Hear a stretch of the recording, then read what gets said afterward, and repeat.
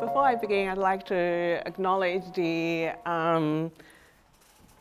traditional custodians of the land that we are here today, and I'd like to pay my respect to elders past and present.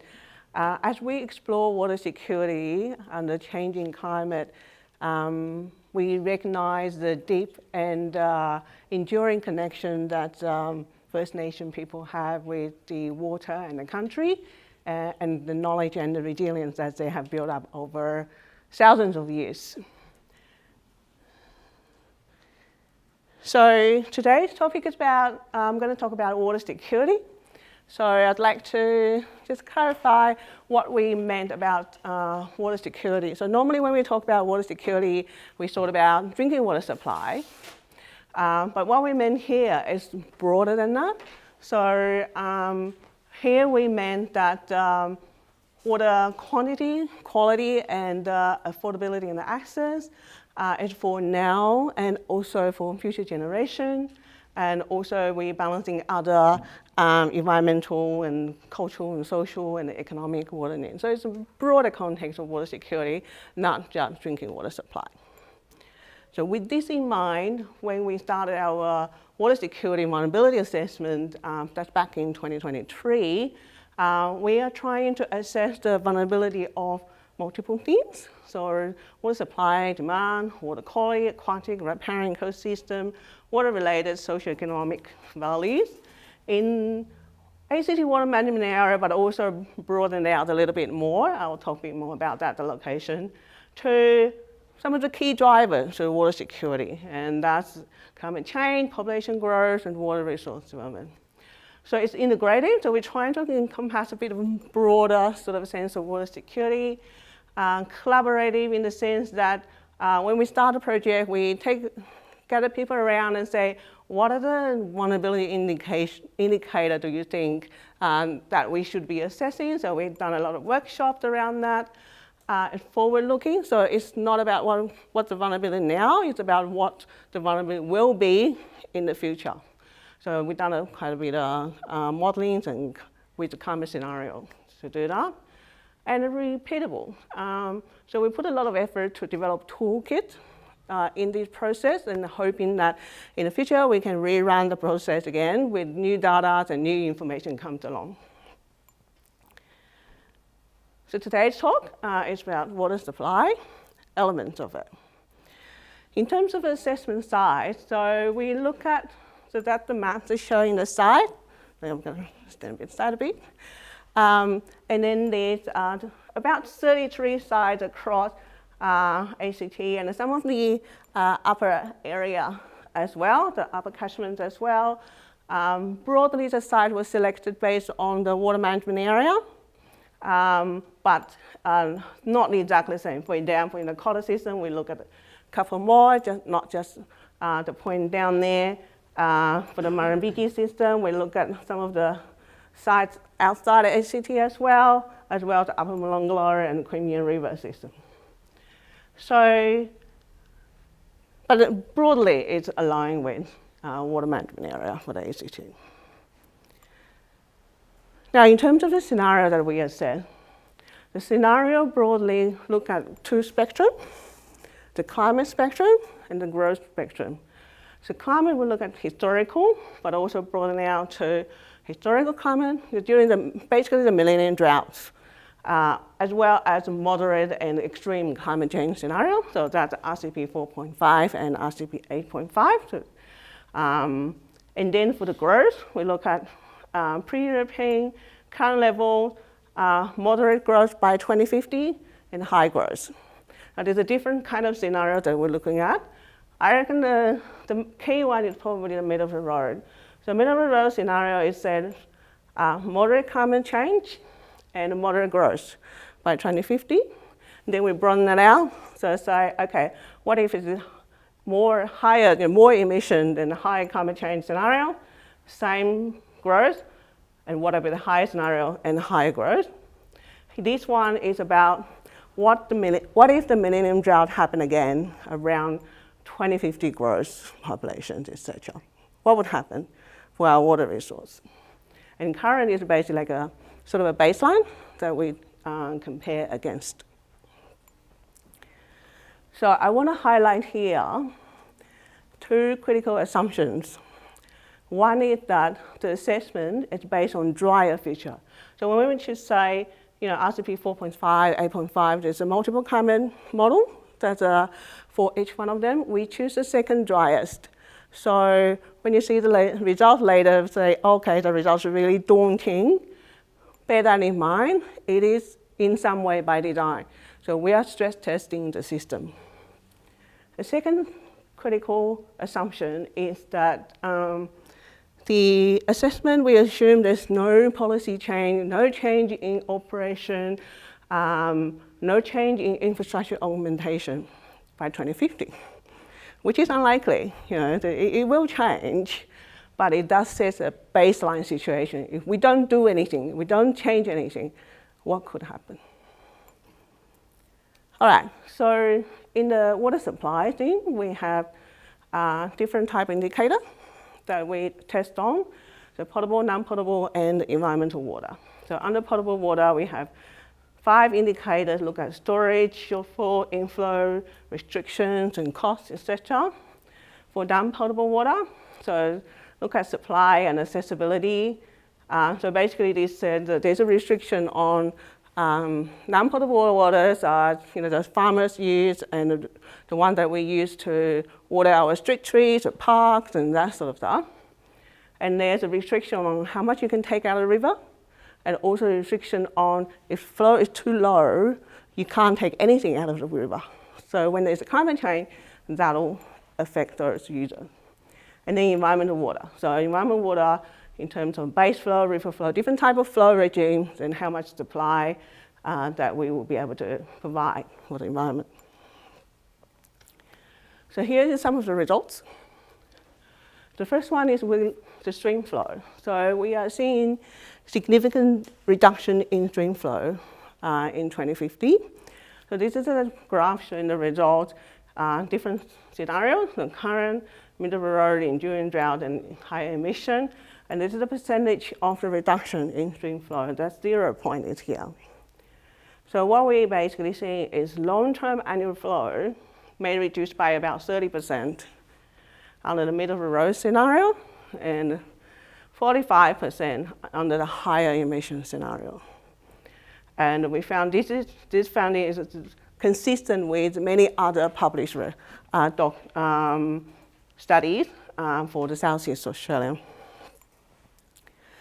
Now we look at how does that change, percentage change across space.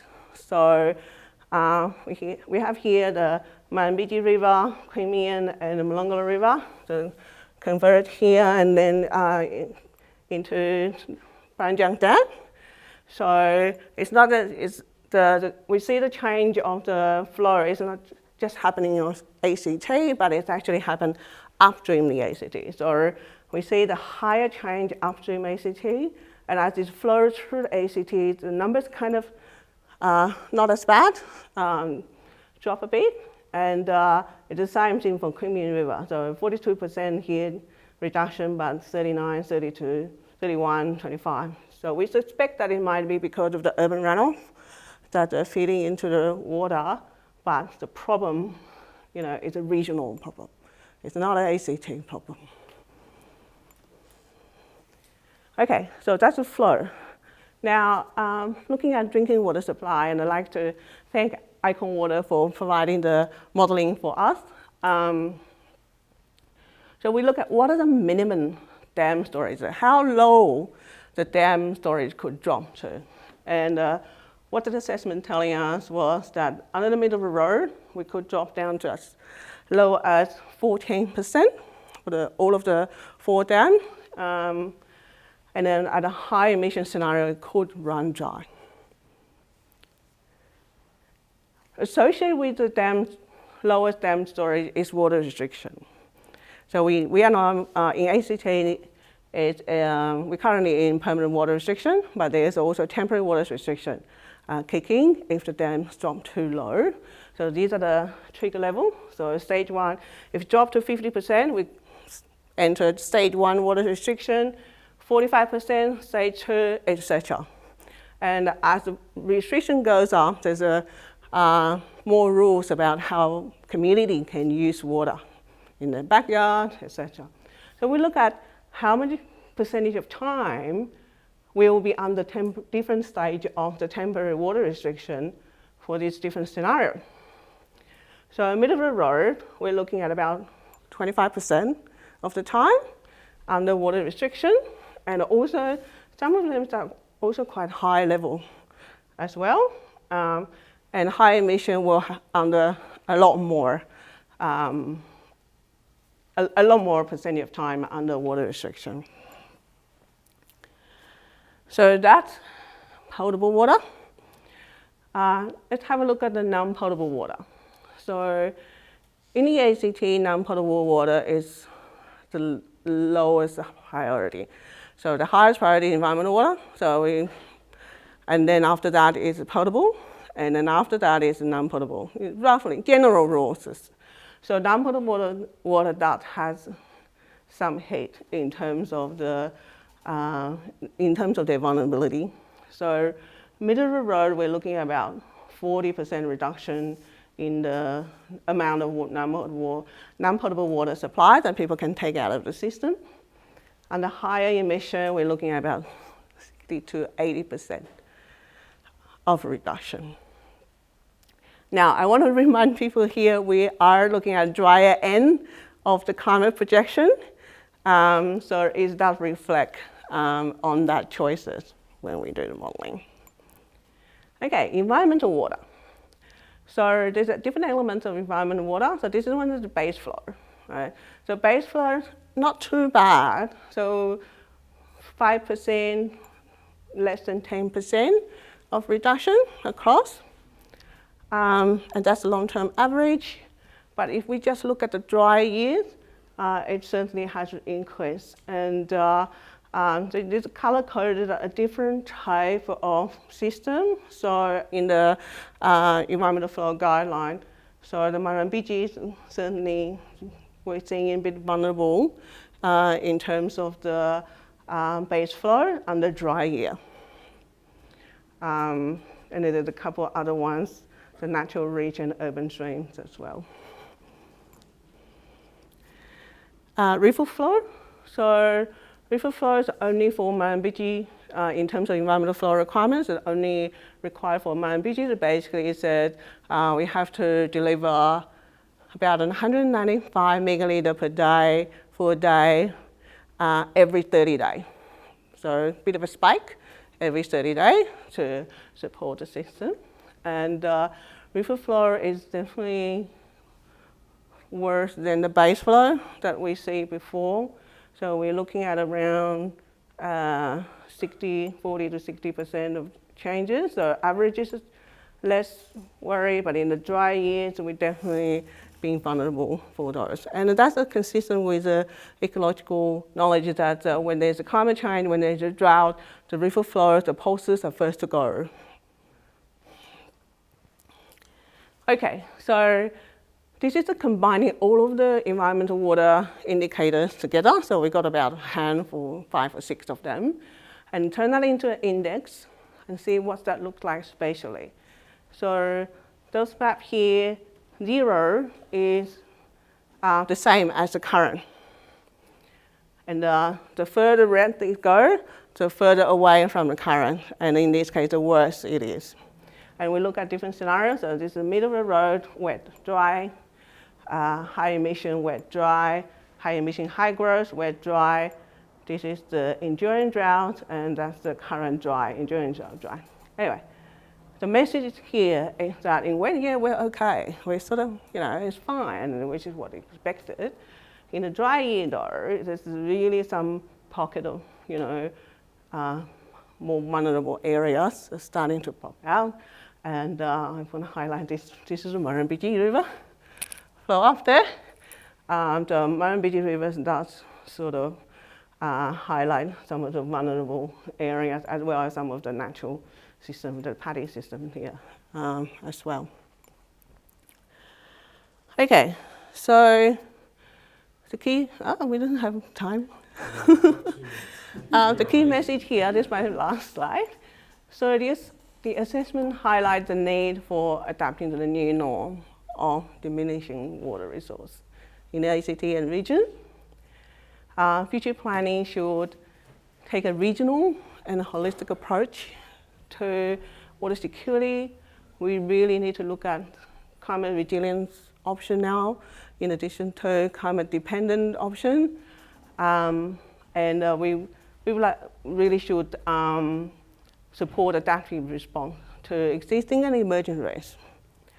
So some of the projects are already underway to improve the ACT climate adaptation. I think we just heard a lot of smart farm options, and that was a really clever way to manage the increase of climate resilience from the agriculture sector, but we really need to look at what urban people can do about it. So some of the programs that we're having in office water, so that's water efficiency programs to look at how we can use the water more efficiently in communities and business in the urban area.